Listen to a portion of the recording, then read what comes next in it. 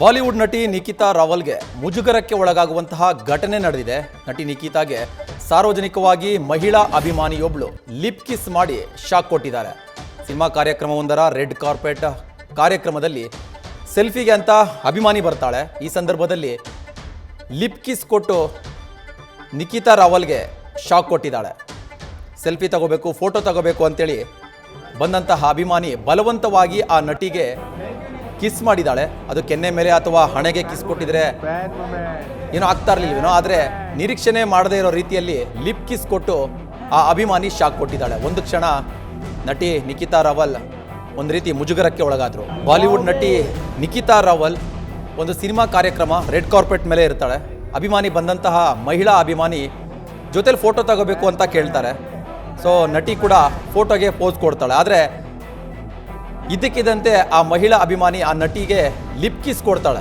ಒಂದು ಕ್ಷಣ ಅಂದರೆ ಬಲವಂತವಾಗಿ ಲಿಪ್ ಕಿಸ್ ಕೊಡ್ತಾಳೆ. ಏಕಾಏಕಿ ನಟಿ ಶಾಕ್ ಆಗಿಬಿಡ್ತಾರೆ. ಅಂದರೆ ಅಭಿಮಾನಿ ಫೋಟೋ ತಗೋಬೇಕು ಅಂತ ಬಂದರು, ಆತ್ಮೀಯವಾಗಿ ಮುತ್ತು ಕೊಟ್ಟರು ಕೂಡ ಒಂದು ಕೆನ್ನೆಗೆ ಕೊಡ್ಬೋದಾಗಿತ್ತೇನೋ, ಆದರೆ ಇದ್ದಕ್ಕಿದ್ದಂತೆ ಲಿಪ್ ಕಿಸ್ ಕೊಟ್ಟಂಥ ಸಂದರ್ಭದಲ್ಲಿ ನಿಖಿತಾ ರಾವಲ್ ಒಂದು ಕ್ಷಣ ಮುಜುಗರಕ್ಕೆ ಒಳಗಾಗ್ತಾಳೆ. ಯಾಕೆ ಈ ನಟಿ ಇದ್ದಕ್ಕಿದ್ದಂತೆ ಈ ರೀತಿಯಾದ ಒಂದು ವರ್ತನೆ ತೋರಿದ್ರು ಅಂತ ಮುಜುಗರಕ್ಕೆ ಒಳಗಾಗ್ತಾರೆ. ಬಾಲಿವುಡ್ ನಟಿ ಸಾಕಷ್ಟು ಹಿಂದಿ ಸಿನಿಮಾಗಳಲ್ಲಿ ನಟಿಸಿದ್ದಾರೆ.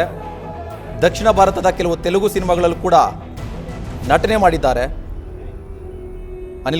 ಅನಿಲ್ ಕಪೂರ್ ಜೊತೆ black and white, mister hot, mister cool ಎನ್ನುವ ಸಿನಿಮಾಗಳಲ್ಲೂ ಕೂಡ ನಟನೆ ಮಾಡಿದ್ದಾರೆ. ತೆಲುಗಿನ ಕೆಲವು ಸಿನಿಮಾಗಳಲ್ಲೂ ಕೂಡ ನಿಖಿತಾ ರಾವಲ್ ನಟನೆ ಮಾಡಿದ್ದಾರೆ.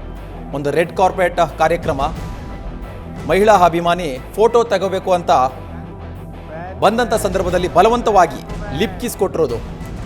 ಒಂದು ಕ್ಷಣ ಆ ನಟಿ ಶಾಕ್ ಆದರು. ಅಂದರೆ ಎಕ್ಸ್ಪೆಕ್ಟೇ ಮಾಡಿರಲಿಲ್ಲ. ಫೋಟೋ ತಗೊಳ್ತಾರೆ ಅಂತ ಪೋಸ್ ಕೊಡ್ತಾ ಇದ್ದಂಥ ನಟಿಗೆ ಆ ಮಹಿಳಾ ಅಭಿಮಾನಿ ಬಲವಂತವಾಗಿ ಲಿಪ್ ಕಿಸ್ ಕೊಟ್ಟಿದ್ದಾಳೆ. ಇದಾದ ಬಳಿಕ ನಿಖಿತಾ ಒಂದಿಷ್ಟು ಇರಿಸು ಮುರಿಸಿಗೆ ಒಳಗಾಗ್ತಾರೆ. ಮುಜುಗರ ಉಂಟಾದಂಥ ಒಂದು ಸನ್ನಿವೇಶ ಇದು. ನೀವೇನು ದೃಶ್ಯಗಳಲ್ಲಿ ನೋಡ್ತಾ ಇದ್ದೀರಾ. ನಿಖಿತಾ ರಾವಲ್ ಬಾಲಿವುಡ್ ನಟಿ, ಕೆಲವು ತೆಲುಗು ಸಿನಿಮಾಗಳಲ್ಲೂ ಕೂಡ ನಟನೆ ಮಾಡಿದ್ದಾರೆ. ಸದ್ಯ ಈಗ ಈ ವಿಡಿಯೋ ಸಾಕಷ್ಟು ವೈರಲ್ ಆಗ್ತಾ ಇದ್ದು ಆ ಮಹಿಳಾ ಅಭಿಮಾನಿಯ ವರ್ತನೆ ಅಥವಾ ಆ ನಡೆಗೆ ಸಾಕಷ್ಟು ವಿರೋಧಗಳು ಕೂಡ ವ್ಯಕ್ತವಾಗ್ತಾ ಇದೆ.